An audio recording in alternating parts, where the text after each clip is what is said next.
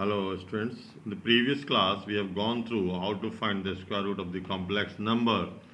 Now this is the time to take the another concept, and I have taken today modulus for the complex number. This is the first one, and after that we will take the conjugate of the complex. Two concepts I am delivering today. Hopefully you people will get it and we will work on that. So just see that how we'll go for. I am representing a complex in the two-dimensional geometrical plane. This is Z. Z is nothing but this is x plus iy. So this is x and this is y.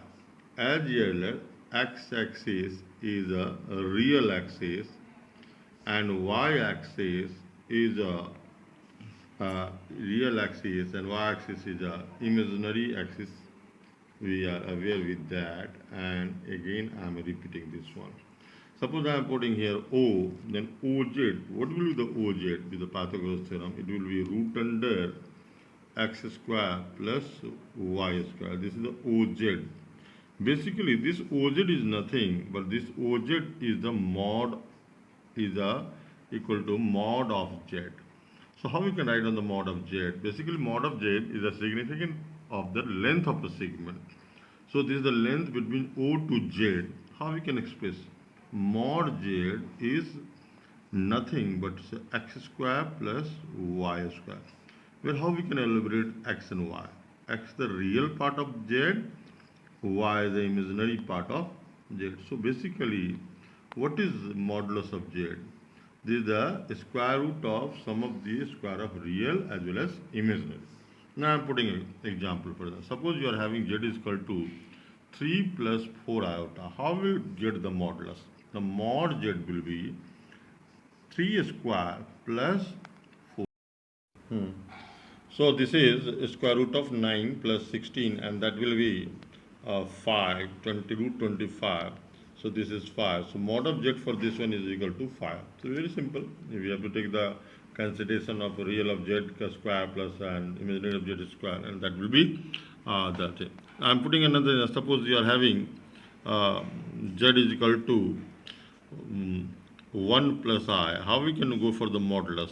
This is the real square root of 1 square plus 1 square, because here real part is 1 and imaginary part is also 1, and that will be under root.